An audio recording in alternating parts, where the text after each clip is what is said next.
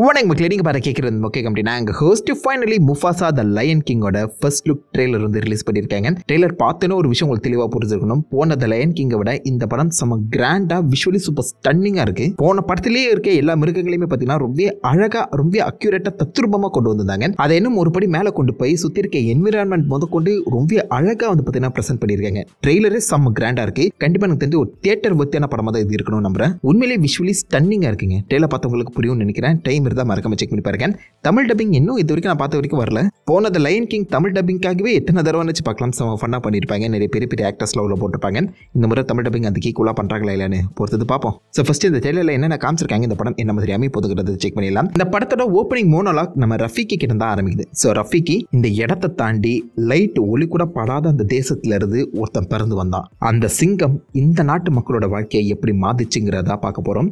Mufasa அப்படிங்கிற மாதிரி செம்ம அமேசிங்காக ஒரு கூஸ்பம் தரக்கூடிய ஒரு டைலாக் வந்து சொல்கிறாரு. ஸோ ரஃபிக்கு இந்த ப்ரீவியஸாக சிம்பான்னு சொல்லி தூக்கி காமிச்சார்ல, அதே குரங்கு தான். ஸோ அந்த குரங்கு எப்படி முஃபாசாவை மீட் பண்ணிச்சு, அவங்க ரெண்டு பேருமே உள்ளே போன அந்த ஜேர்னியை தான் இப்போதைக்கு ஒரு கதை மாதிரி சொல்ல ட்ரை பண்ணுறாங்க. இந்த கதையை ஆப்வியஸாக நம்ம ரஃபிக்கு இந்த சிம்பாவோட பையனுக்கு தான் சொல்ல போகிறார் போல. ட்ரெய்லரை பொறுத்த வரைக்கும் மொத்தம் 2 விதமான டைம்லைன் ப்ளே ஆக போகுது.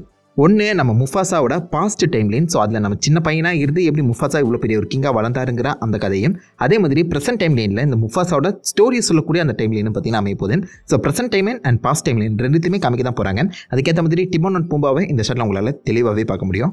அவர் யார் கூடயோ சண்டை போடுற மாதிரி இருக்கு. எனக்கு என்னமோ அது ஸ்காராக இருக்குமோன்னு தோணுது. பின்னாடி நெருப்பில் எரிஞ்சிட்டு இருக்க அந்த சமயத்தில் பாசிபிளி அந்த ப்ரீவியஸ் லயன் கிங்குக்கான சில ரெஃபரன்ஸும் கொடுக்கப்படலாம் நம்புறேன். ஆனால் தைரியமாக அந்த பக்கம் டிமோன் அண்ட் பூம்பா அந்த ஒரு சிங்கத்தையே எதிர்த்து நிற்கிறாப்புல. ஸோ என்ன நடக்குதுன்னு சத்தியமாக இல்லைங்க. பட் ப்ரெசென்ட் டைம்லைனும் தெளிவாக காமிக்க தான் போகிறாங்க. பாஸ்ட் டைம்ல நம்ம முஃபாசா குரோத்தோட க்ளோரிங்கிற விஷயம் அமைய போகுது. ஸோ அதுக்கேற்ற மாதிரி இந்த ஷாட்டில் நீங்கள் பார்த்தீங்கன்னா நம்ம முஃபாசா சின்ன பிள்ளையா ஒரு ராக் மேலே ஏறி நிற்கிறாரு. அப்போவே அந்த ராக் மேலே நின்று ஒளிப்படுற தேசம்லாம் எனக்கு சொந்தமானதுன்னு சொல்லி அவர் பேச ஆரம்பிச்சிருப்பாரு என்னமோ. அப்போ கரெக்டாக ஒரு துள்ளி வானத்தில் இருந்து விழுற மாதிரி காமிச்சிருப்பாங்க. அதில் சின்ன பையனாக இருக்க அந்த முஃபாசாவோட முகம் வந்து அப்படியே வளர்ந்த ஒரு முகம் மாதிரி அப்படியே ரிஃப்ளெக்ட் ஆகுது. ரொம்ப நல்லா இருக்குங்க. அந்த ஷாட் சூப்பராக இருந்துச்சு. இந்த படத்தோட அந்த கான்செப்ட் படி பார்க்கும்போது முஃபாசா ஆரம்பத்தில் பிரைட் ராக்லேயே பிறந்தவர் கிடையாது. ஸோ அவர் கம்ப்ளீட்டாக வேற ஒரு தேசத்தில் பிறந்தவர்.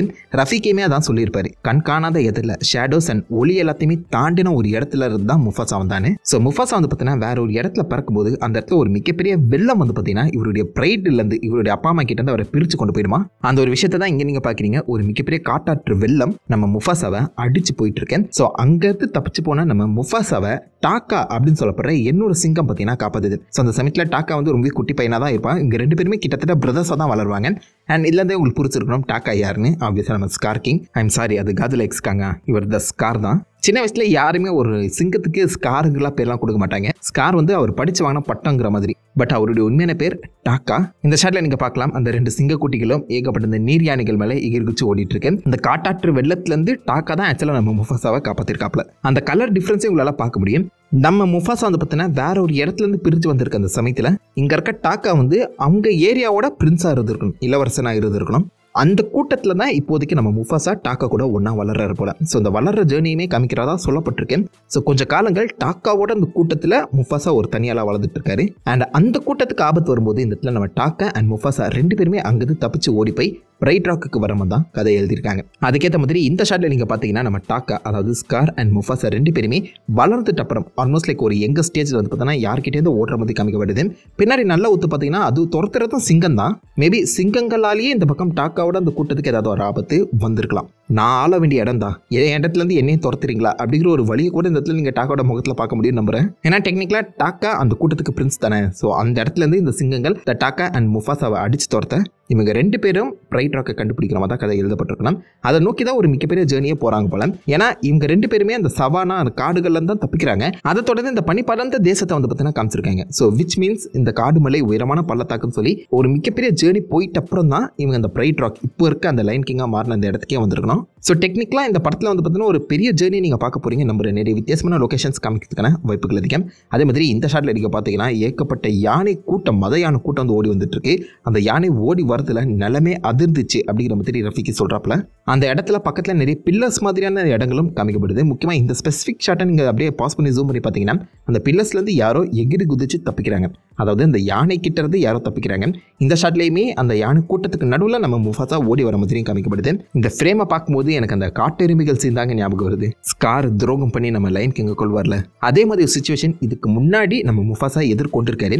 பட் அந்த சமயத்தில் அவருக்கு பிள்ளைலாம் இல்லை. அதே மாதிரி இங்கே ஓடி வந்தது யானைகள். காட்டெருமைகள் அதிவேகத்தில் வரும், யானைகள் கொஞ்சம் மெதுவாக தான் வரும். அண்ட் ஆல்சோ இந்த இடத்துல அவருக்கு ரெஸ்பான்சிபிலிட்டி இல்லாத சமயத்தில் ஈஸியாகவே ஃபோக்கஸ் பண்ணி ரொம்ப எங்க ஸ்டேஜில் அவரால் எஸ்கேப் ஆக முடிஞ்சிருக்கு. பட் அதுவே லயன் கிங் அப்போ காட்டெருமைகள் வேகமாக வரும், அவருக்கு ஒரு புள்ளையை காப்பாற்றணுங்கிற ஒரு எண்ணமும் இருந்திருக்கும். ப்ளஸ் அந்த சமயத்தில் நம்ம முஃபாசாவுக்கு வயசும் ஆகியிருக்கும். இது எல்லாமே ஒன்றா சேர்த்து தான் அப்போதைக்கு அவரை கொண்டிருக்கேன். சேம் சிச்சுவேஷன் ஆனால் டிஃப்ரெண்ட் அவுட்கம்ஸ்னு சொல்லலாம். இந்த இடத்துல யானைகள் கிட்ட இருந்தே நம்ம முஃபாசா தப்பிச்சு ஓடி இருக்காரு. அண்ட் இது ஒரு மேஸ்மா தான் காமிக்கப்பட்டிருக்க அந்த காந்தனால ஆப்வியஸாக அவங்க போகிற ஜேர்னிக்குள்ளே பார்க்கக்கூடிய ஒரு வித்தியாசமான லொகேஷன் இருந்திருக்கலாம். முன்னாடியே சொன்ன பார்த்தீங்களா, அந்த பில்லர்லேருந்து எவனோ குதிக்கிறானு, அது மேபி முஃபாசாவா இருந்து இப்போதைக்கு எப்படி நம்ம ஸ்கார் முஃபாசாவை கீழே தள்ளி விட்டாரோ அந்த மாதிரி தள்ளி விடாமல் பிரதர்ஸா அவங்க 2 பேருமே ஒன்றா ஒர்க் பண்ணி இங்கே வந்து தப்பிக்கிற மாதிரி ஒரு சீக்வன்ஸ் அமைக்கப்பட்டுச்சுன்னா அது வேற லெவலில் இருந்திருக்கும். ஒரு கட்டத்தில் கை கொடுத்து காப்பாற்றின ஸ்காரே இந்த லயன் கிங்கில் கையை விட்டு சாவடிச்சிருக்கான். அப்படிங்கிற மாதிரி ஒரு சுச்சுவேஷன் வந்தால் வேற லெவலில் இருக்கும்ல. பார்ப்போம் அதை ரீக்ரியேட் பண்ணுறாங்களா இல்லையான்னு. அதே மாதிரி தொடர்ந்து போகிற அந்த பனி படர்ந்த தேசத்தில் வந்து பார்த்தீங்கன்னா மொத்தம் 4 பேர் இருக்காங்க. நோட் பண்ணி பாருங்க. ஸோ 2 ஆப்வியஸாக நம்ம டாக்கா அண்ட் முஃபாசா. அதை தொடர்ந்து இங்கே நீங்கள் பார்த்தீங்கன்னா அந்த 3வது இருக்கிறதும் ஒரு சிங்கம் தான். ஸோ பாசிபிளி பெண் சிங்கமாக இருக்கலாம். நம்ம முஃபாசாவோட லவர் சராபே இருக்கிறதுக்கான வாய்ப்புகள் அதிகம். அண்ட் பக்கத்தில் இருக்குது ரஃபிகி. இந்த ஷாட்டில் வந்து பார்த்தீங்கன்னா ஜாசுவுமே காமிச்சிருக்காங்க. ஸோ விச் மீன்ஸ் இந்த பக்கம் நம்ம முஃபாசா அண்ட் டாக்கா போகிற வழியிலேயே அவங்களுடைய டீமை ஃபார்ம் பண்ணிக்கிட்டு தான் போயிருக்காங்க. ப்ரைட் ராக்கை ரீச் பண்ணும்போது எல்லாருமே ஒன்றா தான் இருந்திருக்காங்கன்னு நினைக்கிறேன். இந்த ப்ரைட் ராக்கில் ஏதாவது பிரச்சனை இருக்கான்னு சத்தியம் ஐடியாவில். பட் அந்த ப்ரைட் ராக்கை ரீச் பண்ணிட்ட அப்புறம் ஏகப்பட்ட அந்த மிருகங்கள் அவங்கள சுற்றி வர மாதிரி இந்த ஷாட்டை வந்து காமிச்சிருக்காங்க. ஸோ டெக்னிக்கலாக அந்த ப்ரைட் ராக்கை யார்கிட்ட இருந்தோ இந்த 2 சிங்கங்களும் சேவ் பண்ணியிருக்கேன். அங்கே இருக்க மற்ற மிருகங்கள் உங்கள் 2 பேருமே பாராட்டுது. அதில் முக்கியமாக அதிக எஃபர்ட் நம்ம முஃபாசா போட்டிருக்கலாம். அதனால தான் மற்ற மிருகங்கள் முஃபாசாவை கிங்காக சூஸ் பண்ணியிருக்குன்னு நினைக்கிறேன். சும்மா ஒரு கெஸ் தான். ஸோ ஒரு பெரிய ஜேர்னிக்குள்ளே அவங்க 2 பேருமே போகிறாங்க. நல்லா இருக்கும்னு நினைக்கிறேன். அதே மாதிரி போன அந்த லயன் கிங்கில் வந்து ஒரு ஷாட்டை அப்படியே இந்த லயன் கிங்கில் வந்து பார்த்தீங்கன்னா ரீக்ரியேட் பண்ணியிருக்காங்க. இந்த இடத்துல வந்து வானத்தில் இருக்க அந்த நட்சத்திரங்கள் எல்லாமே ஒரு சிங்கத்தோட முகத்தை ஃபார்ம் பண்ணுது. அண்ட் கீழே இருந்து பார்த்தீங்கன்னா ஒரு கப்பு ஆக்சுவலாக அந்த சிங்கத்தை பார்க்குற மாதிரியும் காமிக்கப்படுது.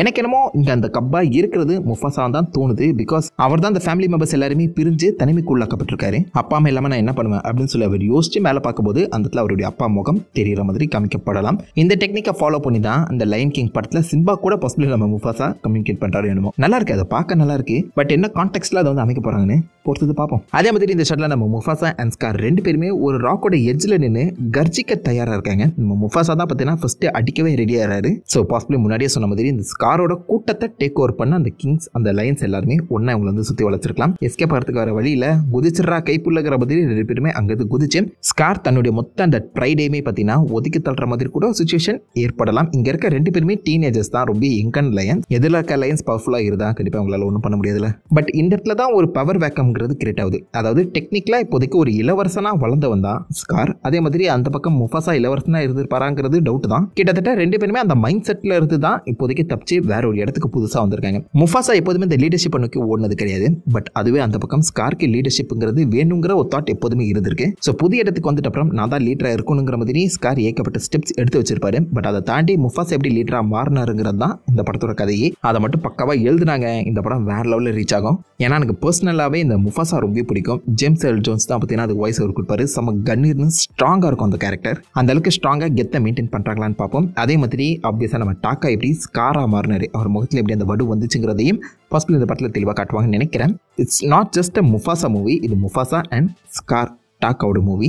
2 பேருக்கும் ஈக்குவல் ஸ்க்ரீன் டைம் கொடுக்கப்படணும். ஸோ பார்ப்போம், படம் பார்த்து தெரிஞ்சுப்போம். சூப்பராக இருக்குங்க. டெய்லர் செம்ம ஃபன்னாக இருக்குது. அண்ட் கண்டிப்பாக எனக்கு தெரிஞ்சு தேட்டர் வர்த்தியான ஒரு படம் இது இருக்கணும்னு நம்புறேன். ப்ரீவியஸாக அந்த லயன் கிங் எனக்கு ரொம்ப பிடிச்சிருந்துச்சு. நிறைய சின்ன பசங்க ஜாலியாக என்ஜாய் பண்ணதை பார்த்தேன். ஸோ இந்த படமும் நிறைய பேருக்கு பிடிக்கிறதுக்கான வாய்ப்புகள் இருக்கேன். வெயிட் பண்ணுவோம். ஸோ எத்தனை பேர் இப்போதைக்கு இந்த படத்துக்காக காத்துட்டு இருக்கீங்க, எத்தனை பேருக்கு லயன் கிங் பிடிக்கும் சொல்லி எல்லாத்தையுமே மறக்காம கீழே காம் பண்ணிட்டு அந்த லைக் பண்ணி தட்டி விடுங்க. நான் உங்களை நல்ல ஒரு ஆசமான விடையில மீட் பண்ணிட்டு இருக்கேன். Have fun guys. வட்டா